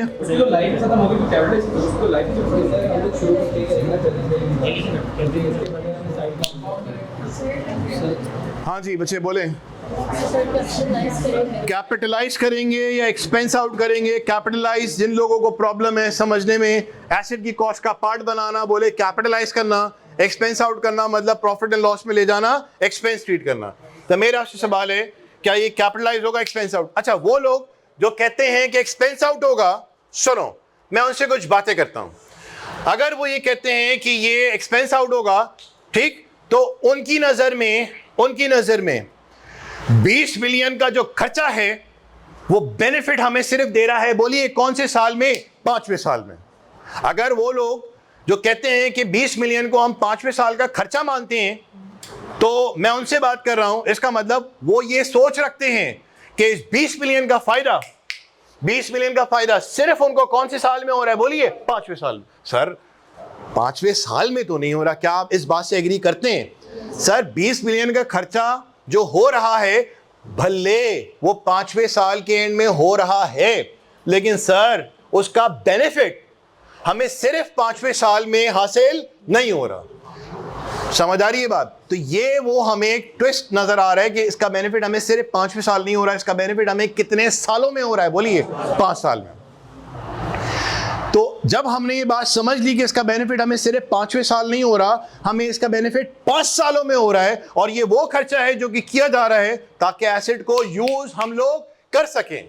ठीक, शराइत रखी गई हैं कि आज से 5 साल बाद जाके तुमने तकरीबन इतना खर्चा करना पड़ेगा उसको अनइंस्टॉल करने के लिए, उसको रिमूव करने के लिए और जगह को रीस्टोर करने के लिए तुमने चूंकि वादा किया है। ठीक, तो ये खर्चा हमारा हो कौन से साल रहा है, बोलिए 5वें साल हो रहा है। ठीक, लेकिन इसका बेनिफिट हमें 5वें साल खाली हासिल नहीं हो रहा, इसका बेनिफिट हमें कितने सालों में हासिल होगा? 5 सालों में। तो हम लोग यहाँ पे अब करें तो क्या करें सर? इस 20 मिलियन को हम लोगों ने क्या करना पड़ेगा? एक्सपेंस आउट करना पड़ेगा या एसेट की कॉस्ट का पार्ट बनाना पड़ेगा? एसेट की कॉस्ट का पार्ट बनाना पड़ेगा। सर अब एसेट की कॉस्ट का अगर हम लोग बनाते हैं इसको पार्ट, तो सर ये तो प्रेजेंट वैल्यू है, और वो कौन सी वैल्यू है? फ्यूचर वैल्यू है। ठीक, तो सर अगर मैं यहां पे 20 मिलियन को रिकॉर्ड करता हूं तो सर आएगा तो सही यहां पे, लेकिन सर यहां पे ये प्रेजेंट वैल्यू, ये फ्यूचर वैल्यू, सर ये कुछ बात समझ नहीं आई। तो हम एक जानते हैं मैथमेटिक्स के अंदर थोड़ा सा टूल हमने डिस्कस किया था कि फ्यूचर वैल्यू से जब हमने प्रेजेंट वैल्यू निकालनी हो, ठीक, और हमें ये बताया हो कि भाई आज से 5 साल बाद जाके मुझे इन्फ्लेशन इतनी दिखती है, आज से 5 साल बाद जाके मुझे इन्फ्लेशन इतनी दिखती है, लेट्स सपोज 10% दिखती है, तो मैं क्या करूंगा? सर फ्यूचर वैल्यू गिवन है, बोलिए कितनी? शाबाश 20 मिलियन। और मैं बोलता हूं आज से 5 साल बाद जाके इन्फ्लेशन तकरीबन 10% होगी, या डिस्काउंट रेट में आपको बोलूं या इन्फ्लेशन रेट बोल दूं, कितना बोले? 10%। तो सर 1 सेकंड बताया, फ्यूचर वैल्यू है और इन्फ्लेशन रेट या डिस्काउंट रेट दिया हुआ है, सर अभी मेरे पास क्या आ गई, बोलिए प्रेजेंट वैल्यू। तो मैं करूंगा यहाँ पे क्या, इस 20 मिलियन को तो यहाँ पे रिकॉर्ड नहीं करना मैं क्या करूंगा, इन्फ्लेशन रेट या जो डिस्काउंट रेट है वो कितना बताए, बोलिए 10%। डन। तो मैं क्या करूंगा बेटा, जल्दी से बताइए, प्रेजेंट वैल्यू मैंने निकालनी है, तो 20 डिवाइडेड बाय 1 प्लस आई की पावर क्या कर दूंगा, n कर दूंगा, यानी कि कितना हो जाएगा 1.1 की पावर बोलिए 5 हो जाएगा। तो मेरे पास ये जो वैल्यू आएगी, जो भी आएगी, सही है जी, ये क्या आएगी, प्रेजेंट वैल्यू आएगी किसकी बोलिए, प्रेजेंट वैल्यू आएगी किसकी बोलिए, डिसमेंटलिंग कॉस्ट की। तो मैं 130 में इसको जब ऐड करूंगा तो मेरे पास पीपी को जिस अमाउंट से मैंने करना है डेबिट, वो अमाउंट मेरे पास ये आ जाएगा। क्या ये वाली बात समझ आई? हेलो मेरे भाइयों बहनों, क्या ये बात समझ आई? तो इसका मतलब पीपी की कॉस्ट के अंदर हमारे पास 3 कॉस्ट आनी है, परचेज प्राइस, दूसरा डायरेक्टली एट्रिब्यूटेबल कॉस्ट, और तीसरा कौन सा, dismantling cost. Dismantling cost is future cost, ठीक। Will it be treated as an expense in that particular year? No, it will not be treated as an expense in that particular year, right?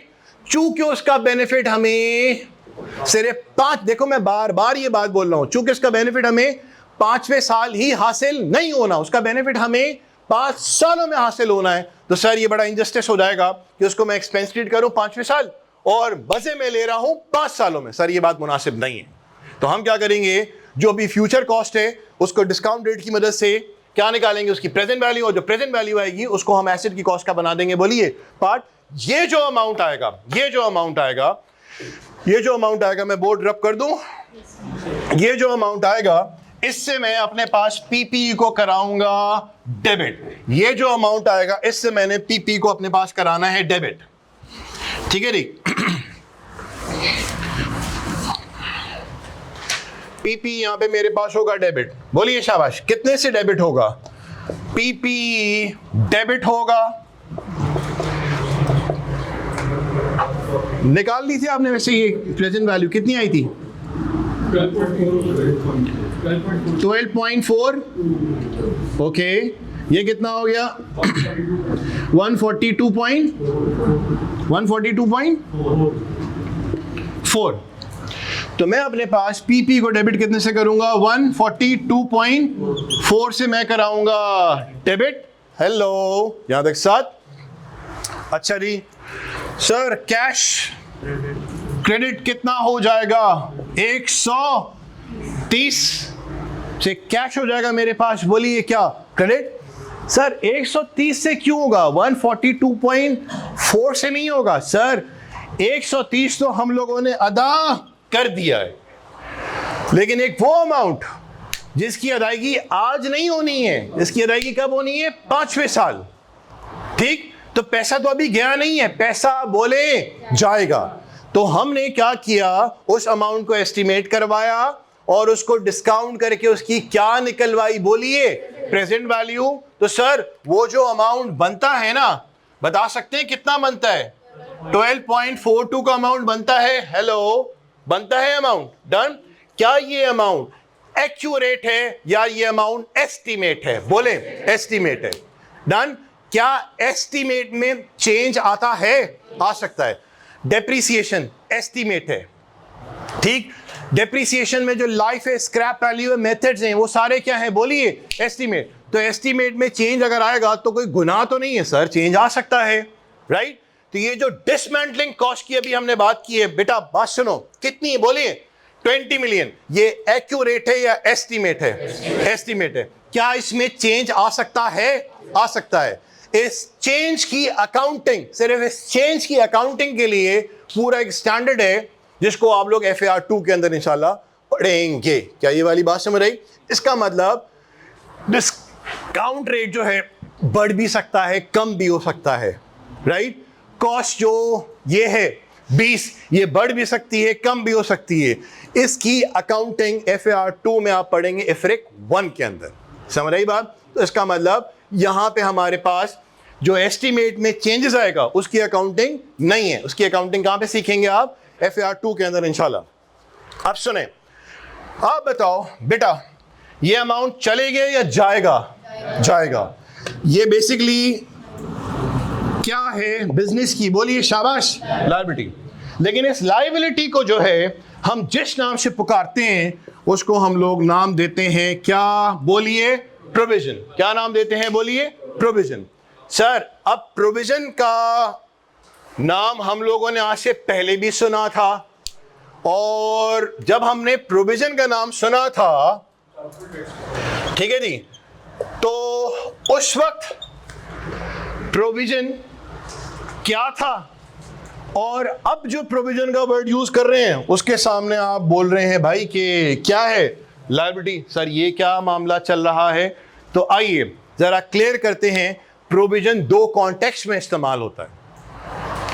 Provision जो PRC4 में हम लोगों ने इस्तेमाल किया था अल्फाज हेलो, ठीक, वो था हमारा कॉन्ट्रा एसेट, जिसको हम लोग नेगेटिव एसिड भी बोलते हैं, ठीक। मिसाल क्या है यहां पे? सर प्रोविजन फॉर डेप्रिसिएशन या प्रोविजन फॉर डाउटफुल डेट या प्रोविजन फॉर इन्वेंट्री ऑब्सोलेसेंस। क्या हमारा ख्याल है कि हमारा इतना माल जो है वो डैमेज हो जाएगा, वहां पे भी हम लोग प्रोविजन बनाते हैं। लेकिन जो हमने PRC4 में प्रोविजन का वर्ड जो यूज किया था वो यूज किया था प्रोविजन फॉर यानी कि डेप्रिसिएशन एक्सपेंस डेबिट। मैं वो माहौल बना रहा हूं, depreciation expense debit, provision for depreciation credit. तो वहां पे बोला गया था तुम प्रोविजन का वर्ड यूज करो, तुम अलाउंस का वर्ड यूज करो, या तुम यूज करो एक्यूमुलेटेड डेप्रिसिएशन का, ठीक। वो क्या है बोलिए? शाबाश, कॉन्ट्रा एसिड या नेगेटिव एसिड। डन। अभी जो हम लोगों ने यहां पे वर्ड इस सिनेरियो में यूज किया है प्रोविजन का, this is not a Contra acid here, not a negative acid here. तो सर यहां पे प्रोविजन का वर्ड किस कॉन्टेक्स्ट में इस्तेमाल हो रहा है? तो हम लोग एक स्टैंडर्ड पढ़ेंगे, उस स्टैंडर्ड का नाम है IS 37। IS का नंबर कौन सा है बोलिए? 37। नाम उस स्टैंडर्ड का है, सुनो, provision comma contingent asset comma contingent liability, जो कि पढ़ेंगे इंशाल्लाह FAR 2 के अंदर, ठीक। मैं यहां पे अभी उस स्टैंडर्ड की सिर्फ एक बात करने जा रहा हूं, और वो एक बात क्या है यार? ये प्रोविजन, अभी मैं अगर प्रोविजन को क्लियर नहीं करूं ना तो जहन में आ रहा होगा provision for bad debt, provision for depreciation. इसका मतलब यहां पे प्रोविजन वही वाला है, यहां पे प्रोविजन वही वाला नहीं है। इसीलिए मैं यहां पे दो रास्ते दिखा रहा हूं कि प्रोविजन जो PRC4 में हम लोग ने इस्तेमाल किया था वर्ड फॉर दिस सिनेरियो। अब जो हम लोग सिनेरियो ले रहे हैं वो अकॉर्डिंग टू IS 37, और वो ये कहता है कि लायबिलिटी ऑफ, बोले, अनसर्टेन अमाउंट और timings, liability of uncertain amount और क्या आ जाएगा बोलिए? टाइमिंग। यानी कि आज से पहले प्रोविजन का वर्ड जो हमने यूज किया था वो किस कॉन्टेक्स्ट में किया था? कॉन्ट्रा एसिड या नेगेटिव एसिड। लेकिन यहां पे जो हम लोग वर्ड यूज कर रहे हैं प्रोविजन का, this is not for negative acid या कॉन्ट्रा एसिड। वो किस पर्पस के लिए इस्तेमाल किया जा रहा है? लायबिलिटी के तौर पे। क्या ये वाली बात समझ आई? तो सर एक चीज और हम यहां पे अभी डिस्कस करते हैं, वो ये कि क्या आप हमें यहां पे ये बता सकते हैं कि एक वर्ड होता है पेबल्स, एक वर्ड होता है अक्रूवल्स, ठीक, और एक तीसरा वर्ड मैं इसके अंदर शामिल कर रहा हूं, वो वर्ड कौन सा बोलिए? लायबिलिटी का मतलब प्रोविजन। और प्रोविजन क्या है बोलिए? बेसिकली एक लायबिलिटी। तो यहां पे सुनिए, लायबिलिटी हमारे पास किस नाम से बताई गई थी? सर पेबल्स भी क्या है बोलिए? लायबिलिटी है। इसके अलावा सर बोलिए एक और भी लायबिलिटी है हमारे पास, कौन सा वर्ड बोलिए? शाबाश, अक्रूवल्स भी लायबिलिटी है। और अब तीसरा वर्ड जो हमने यहां पे इस्तेमाल किया वो क्या है बोलिए? शाबाश, प्रोविजन। तो sir is there any difference between payables, accruals and provision? Yes. तो मैं अभी आपसे बात फिर से करने लगा हूं, मुझे बताइए, PP डेबिट हुआ, कैश क्रेडिट हुआ, हमें कोई मसला नहीं है। सर वो अमाउंट जो हम समझते हैं कि हमने आज से 5 साल बाद जाके पे करना है, इसका मतलब वो आज हमारी क्या है बोलिए? शाबाश, लायबिलिटी है जिसको मैंने पेबल्स के नाम से रिकॉर्ड नहीं किया, जिसको मैंने अक्रूवल्स के नाम से रिकॉर्ड नहीं किया। इसके लिए मैंने एक अलहदा सा नया अल्फाज इस्तेमाल किया, नाम क्या दिया बोलिए? प्रोविजन। तो जहनों में ये ख्याल आया कि सर प्रोविजन वो कौन सा वाला, डेप्रिसिएशन वाला, बैड डेट वाला, इन्वेंटरी ऑब्सोलेसेंस वाला, कौन सा वाला? मैंने बोला वो तीनों वाला नहीं है, एक नया वाला प्रोविजन है। और वो क्या है? वो प्रोविजन क्या है?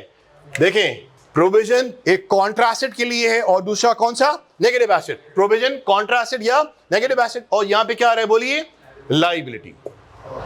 ठीक, अब सुने, हम बात ये कर रहे हैं कि अब तीनों चीजें हमारे जहनों में आके उलझने क्रिएट करेंगे। सर पेबल भी तो लायबिलिटी, अक्रूवल्स भी तो लायबिलिटी और प्रोविजन भी तो लायबिलिटी है। इन तीनों लायबिलिटीज में फर्क किस चीज का है? आपने माल खरीदा है 10,000 का 30 दिन के उधार पे, आपने माल खरीदा है 10,000 का 30 दिन के उधार पे, तो आप मुझे बताइए 30वें रोज आपने कितनी पेमेंट करनी है? बोले 10,000। कितनी पेमेंट करनी है? 10,000। कितने रोज में? 30वें रोज में। इसका मतलब अमाउंट यहां पे पता है नहीं पता? कितना है? 10,000। और टाइमिंग आपको मालूम है कितना? 30 दिन। तो सर यहां पे तो मुझे अमाउंट भी पता है, यहां पे तो मुझे टाइमिंग भी पता है। इसका मतलब सर जब अमाउंट पता हो, जब टाइमिंग पता हो, तो इसका मतलब सर लायबिलिटी तो है, लेकिन उसके लिए मैं अल्फाज जो आज से पहले इस्तेमाल कर रहा था वो कौन सा था बोलिए? पेबल्स का। तो जहां पे अमाउंट और टाइमिंग सर्टेन हो तो हम लोग उसके लिए वर्ड कौन सा यूज करेंगे बोलिए? पेबल्स। क्या ये वाली बात क्लियर? अच्छा नहीं, इसी तरह से सर अक्रूवल्स, यहां पे हमने क्या लिखा? अमाउंट और टाइमिंग्स बोलिए क्या है? सर्टेन है। एग्जाम्पल आपको बात समझ आ गई कि मैंने 30 दिन के लिए माल खरीदा 10,000 रुपए का, तो पेमेंट कितनी करनी है? 10,000। कितने टाइम में करनी है? 30वें रोज में करनी है। तो उसका मतलब अमाउंट भी कंफर्म है और टाइमिंग भी कंफर्म है। इसका मतलब मैं इसके लिए कौन सा अल्फाज इस्तेमाल करूंगा? पेबल्स का। सर पेबल क्या है बोलिए? शाबाश, लायबिलिटी है। यहां पे मैं अक्रूवल्स का वर्ड इस्तेमाल नहीं करूंगा। आज से पहले पीआरसी 4 में हमने बोला यार पेबल्स बोलो, अक्रूवल्स बोलो, जाने दो।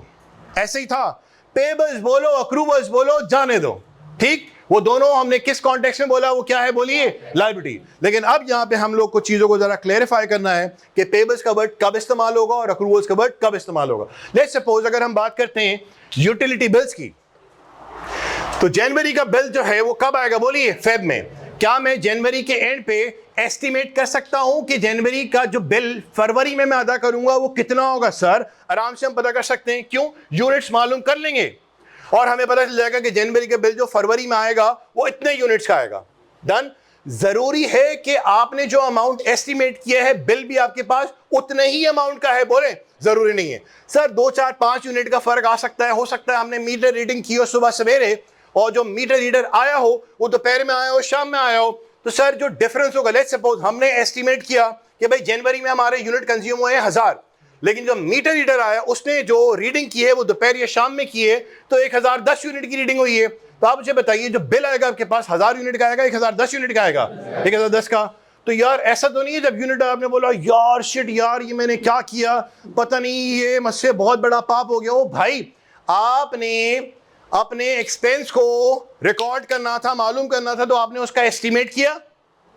ठीक, अच्छा जी, जो यूनिट्स आए आपके पास 1000 के बजाय कितने यूनिट आ गए? 1010 आ गए। हो सकता है कि आपने जब रीडिंग की है उससे एक दिन पहले वो आ गया हो, यानी कि यूनिट्स में कोई इतना मेजर डिफरेंस नहीं आ रहा होगा। अच्छा, हर महीने का जो बिल है अगले महीने की 5 से 10 तारीख के दरमियान आता है। ठीक, तो आप मुझे बताइए 5 से 10 तारीख के दरमियान आ रहा है, कोई बहुत बड़ा टाइमिंग का डिफरेंस है? नहीं सर, हर दफा 5 से 10 तारीख के दरमियान आता है। डन। तो आप मुझे बताइए, आपने एस्टिमेट किया था कि यार 1000 यूनिट का बिल आना है और आपने एस्टिमेट किया था कि यार अगले महीने की 7वीं तारीख को आपको बिल मौसूल हो जाना है। कितने यूनिट्स बोले? 1000। और तारीख क्या बताई आपने? अगले महीने की 7वीं तारीख। हुआ क्या कि वो अगले महीने की 9वीं तारीख को आया और जो यूनिट्स आए वो 1010 यूनिट आए। तो आप मुझे बताइए, ये जो आपके पास बिल आ रहा है 7 तारीख के बजाय कब आ रहा है? 9 तारीख। तो टाइमिंग में क्या बहुत बड़ा डिफरेंस है? बोले नहीं। अच्छा सर, ये जो 1000 यूनिट के बजाय 1010 यूनिट का बिल आया, तो क्या अमाउंट में भी बहुत बड़ा डिफरेंस है? नहीं सर, इसका मतलब अमाउंट और टाइमिंग, हेलो, जो आपने एस्टिमेट की थी, ठीक, अमाउंट और टाइमिंग जो आपने एस्टिमेट की थी, राइट, और जो एक्चुअल में आपके पास जिस तारीख को बिल आया, जितने अमाउंट का आया, इन दोनों में क्या बहुत मेजर डिफरेंसेस हैं? बोलिए नहीं। तो इसका मतलब हम यहां पे क्या बोलेंगे कि जब अमाउंट और टाइमिंग क्या हो, बोलिए अनसर्टेन, अमाउंट और टाइमिंग यहां पे क्या है, बोलिए अनसर्टेन है, और अनसर्टेनिटी यहां पे क्या है, बोलिए अमाउंट और टाइमिंग क्या अनसर्टेन है, बट अनसर्टेनिटी इज लो। शायद आपको बात ये वाज़ेह समझ आ जाए कि अक्रूवल्स का वर्ड मैं कब इस्तेमाल करता हूं। सर दिल की बात नहीं सुनी जाएगी। अगर मुझे लगता है कि अमाउंट और टाइमिंग अनसर्टेन है, सर बिल की बात हमने की ना, अनसर्टेन है, डन।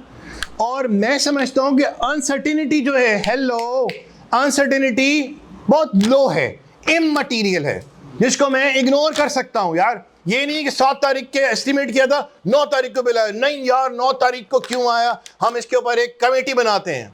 भाई ऐसी कोई हरकत करने की जरूरत नहीं है। एस्टिमेट किया था कि 1000 यूनिट का आएगा, 1010 का आ गया, नहीं यार ये बड़ा सीरियस इशू है। ओ भाई ये सीरियस इशू नहीं है, अमाउंट आपने पे करना था, अमाउंट आप पे करेंगे, लेकिन जब आपने उसको एस्टिमेट किया था तो उस वक्त आपको पता था कि अमाउंट और टाइमिंग के हवाले से अनसर्टेनिटी होगी, और अनसर्टेनिटी का लेवल क्या है, बोलिए लो है। अगर अमाउंट और टाइमिंग में अनसर्टेनिटी है और अनसर्टेनिटी का लेवल इममटीरियल है, सर एक नया अल्फाज में ले आया यहाँ पे, कौन सा अल्फाज, इममटीरियल। या मैं इममटीरियल को रिप्लेस करता हूं किस वर्ड के साथ, बोलिए लो के साथ। तो इसका मतलब अगर अमाउंट और टाइमिंग सर्टेन है, हेलो, अमाउंट और टाइमिंग सर्टेन है, तो मैं क्या बोलूंगा, टेबल्स। अमाउंट और टाइमिंग अनसर्टेन है, डन। अमाउंट और टाइमिंग अनसर्टेन है तो दो रास्ते निकलते हैं, हेलो, अमाउंट और टाइमिंग अनसर्टेन है तो दो रास्ते निकलते हैं, या तो क्या निकलेगा, अक्रूवल्स, या तो कौन सा वर्ड निकलेगा, प्रोविजन। अमाउंट और टाइमिंग अगर अनसर्टेन है और अनसर्टेनिटी अगर लो है तो उसके लिए मैं वर्ड कौन सा यूज करूंगा, बोलिए अक्रूवल्स का, डन। अब देखें तीसरा सिनेरियो खुद आपको क्लिक हो चुका है कि यहां पे मैं बोलने क्या वाला हूं। क्या होगा, अमाउंट और टाइमिंग, बोलिए क्या है बेटा, अनसर्टेन, बट अनसर्टेनिटी इज, बोलें हाई।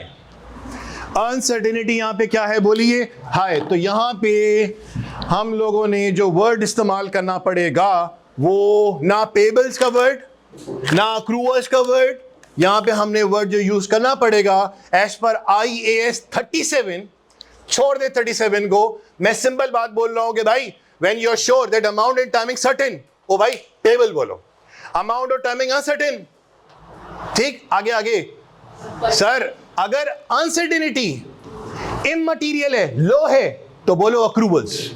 सर अनसर्टेनिटी अमाउंट या टाइमिंग या दोनों के हवाले से अनसर्टेन है और अनसर्टेनिटी सर ज्यादा है, तो उसके लिए वर्ड मैं कौन से यूज करूंगा, प्रोविजन। तो मैं उम्मीद करता हूं अभी आप लोगों को सबको ये क्लियर हो गया होगा।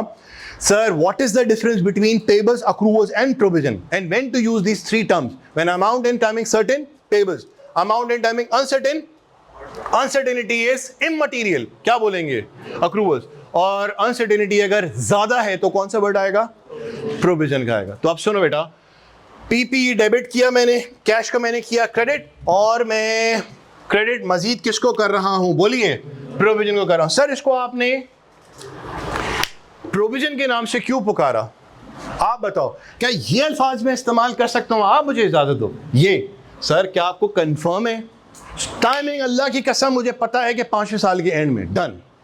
सर लेकिन अमाउंट में ना सर डाउट्स हैं, ठीक सर ये तो नहीं कर सकता अल्फाज, क्या आपको बात समझ आ रही है। Sir accruals, sir amount, timing तो सर कंफर्म है अज्यूमिंग, लेकिन जो अमाउंट है ना सर इस हवाले से मैं अनसर्टेन हूं, लेकिन सर आज से 5 साल बाद जाके पता नहीं इन्फ्लेशन रेट कहाँ हो, किधर हो, तो इसीलिए स्टैंडर्ड आया फ्रिक 1 के नाम से उसने बोला कि जो डे 1 पे तुमने लायबिलिटी को एस्टिमेट किया था ना, जिसको तुमने पे ऑफ करना था 5वें साल के एंड में, ये नहीं कि आज एस्टिमेट कर लिया और आंखें बंद करके 5 सालों तक बैठ गए। उसने बोला हर साल के एंड में तुमने एस्टिमेट को रिव्यू करना है, और अगर उस रिव्यू में डिस्काउंट रेट में या तुम्हारे किसी कॉस्ट में चेंज आ रहा है तो तुमने उसके मुताबिक अपने एस्टिमेट को हर साल क्या करना है, रिवाइज करके रिकॉर्ड करना है। तो इसीलिए पूरा स्टैंडर्ड आयत का नाम क्या है, IFRIC 1। डन। तो हम लोगों ने यहाँ पे जो वर्ड यूज किया वो कौन सा किया, बोलिए बेटा, प्रोविजन का किया। इसके अंदर एक चीज बड़ी वाज़ेह मौजूद है, क्या, अनसर्टेनिटी तो है, और अनसर्टेनिटी क्या है, ज्यादा नजर आ रही है कम नजर आ रही है। सर प्रोविजन की बात आ गई ना तो अल्लाह की कसम इसके अंदर अनसर्टेनिटी तो है ही, लेकिन अनसर्टेनिटी का जो रेशो है ना सर वो ज्यादा है। तब अगर मैं बोलता हूँ यार पेबल बोलूँ, अक्रूवल्स बोलूँ, प्रोविजन बोलूँ, दफा यार यहाँ से, मतलब यार बात को समझने की कोशिश करें कि प्रोविजन का वर्ड सिनेरियो जो होगा उसमें हम नहीं यूज करना है। हर सिनेरियो में प्रोविजन का, पेबल्स का या अक्रूवल्स का वर्ड इस्तेमाल नहीं होना। क्या यहाँ तक बात समझ आई? अब बस आखिरी डिस्कशन कर लेते हैं और बस इस थ्योरी वाले पोर्शन से हम जल्दी छुट्टी कर लें ताकि हम न्यूमेरिकल वाले पोर्शन में ऐड हो जाए। देखो बेटा, मैं आपको IE16 में फौरन नंबर्स में लगा सकता था, मैंने नंबर्स में आपको नहीं लगाया। ठीक, नंबर्स में क्यों नहीं लगाया? हम लोग PRC4 में भी नंबर्स में, यहाँ पे भी नंबर्स में। तो यार अगर आपसे पूछे यार ये PP होता क्या, अबे यार तू रिकॉर्ड करना स्ट्रेट लाइन RVM, नहीं यार आप पहले पता तो करो क्यों तुम आए हो मेरे पास, तुम्हारा स्कोप क्या है, क्या तुम्हारी बदमाशी के हर एसेट पे लगोगे? यार ये इन सवालात का जवाब हमें मिलना चाहिए। अभी नहीं मिलेगा तो इसका मतलब FAR 2 के अंदर IE16 नहीं है, CFAP 1 के अंदर IE16 नहीं है, तो सर वहां पढ़ाया नहीं जाएगा। इसका मतलब ये नहीं है कि वो आएगा नहीं, वो किसी ना किसी स्टैंडर्ड के साथ मिक्स हो जाना है। तो बेसिक जो नॉलेज है इसकी IE16 की वो तुम्हें यहीं पे मिलनी है। यहाँ पे नहीं ली तो इसका मतलब यार FAR 2 में जब आप जाएंगे, आगे जाएंगे, तो वहां पे अज्यूम ये किया जाएगा भाई तुमने तो FAR 1 के अंदर पढ़ा हुआ होगा, इसीलिए सारी बातें हमें जानना जरूरी है।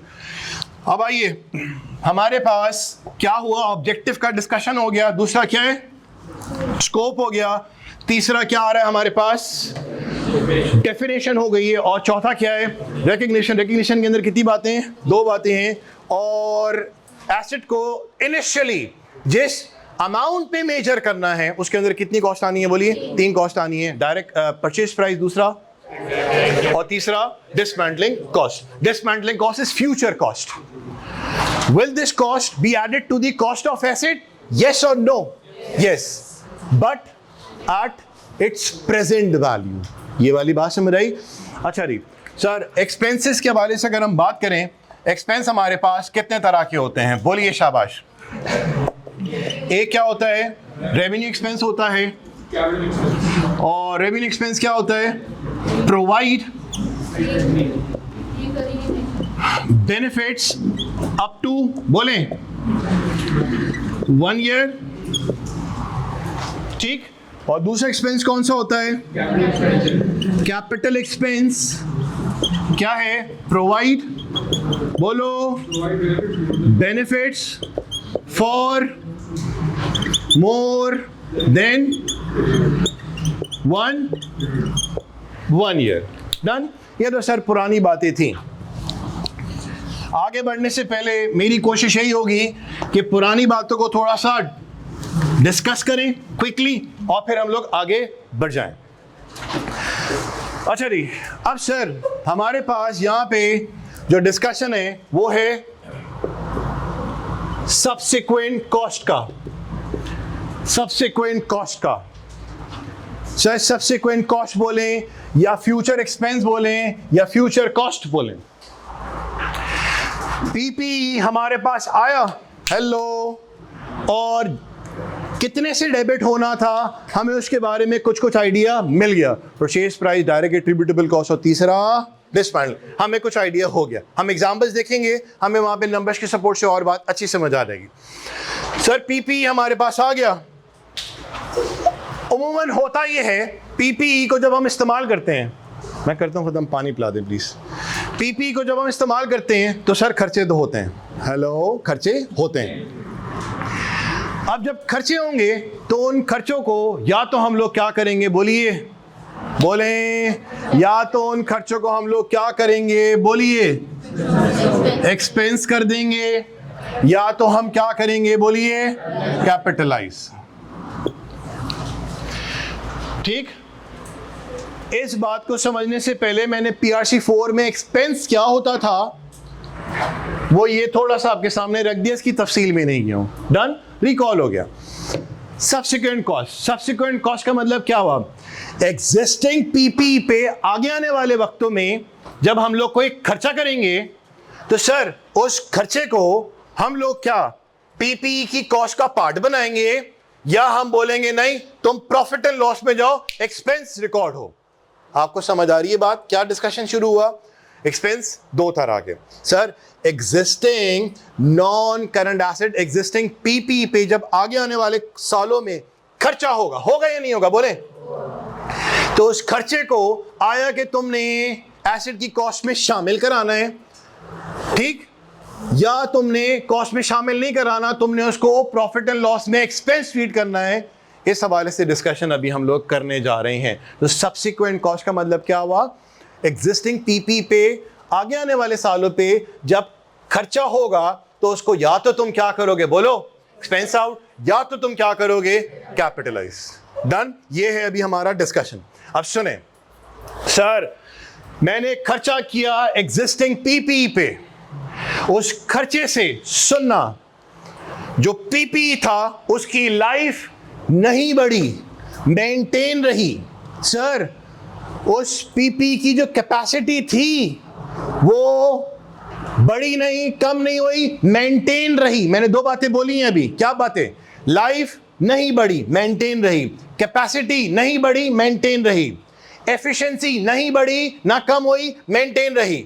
सर जो क्वालिटी थी ना, जैसे पहले आती थी अब भी वही आ रही है। सर पहले जितने मशीन यूनिट प्रोड्यूस करती थी अब भी उतने ही कर रही है। सर इसका मतलब ना लाइफ बढ़ी ना घटी, ना कैपेसिटी बढ़ी ना घटी, ना एफिशिएंसी बढ़ी ना घटी, ना क्वालिटी में कोई चेंज आया, ना क्वांटिटी में कोई चेंज आया। सर खर्चा तो उस्ताद हुआ, उस खर्चे को हम लोग, चाहे वो बड़ा खर्चा हो चाहे वो छोटा खर्चा हो, हमने उस खर्चे को जो है P&L में ले जाना है और क्या ट्रीट करना है, एज एन एक्सपेंस। सिर्फ मैं ऊपर की अभी बातें कर रहा हूं, अब जब लिखूंगा तो दिमाग में बैठ जाएगी बात।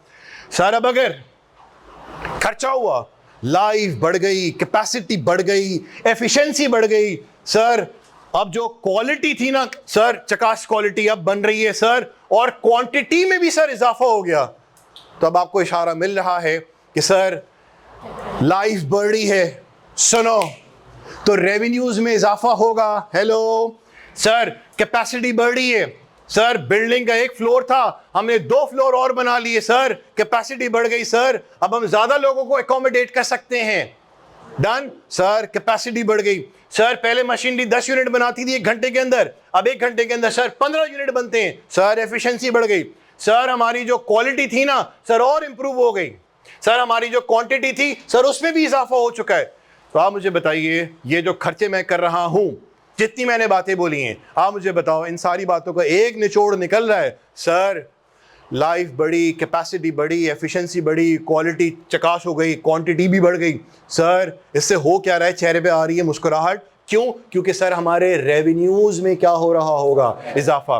तो खर्चा मैं कर रहा हूं, रेवेन्यू, अर्निंग, कैपेसिटी अगर बढ़ती है ना, क्या करेंगे उसको? कैपिटलाइज। बाकी इसके ऊपर इंशाल्लाह हम लोग कल बात करेंगे, मुझे बहुत प्यास लगी हुई है, ठीक है इंशाल्लाह। इसके अंदर फिर जो हमारा डिस्कशन आएगा कि भाई क्या क्या होना है, और इसके अंदर हमारे पास 3 बातें आएंगी।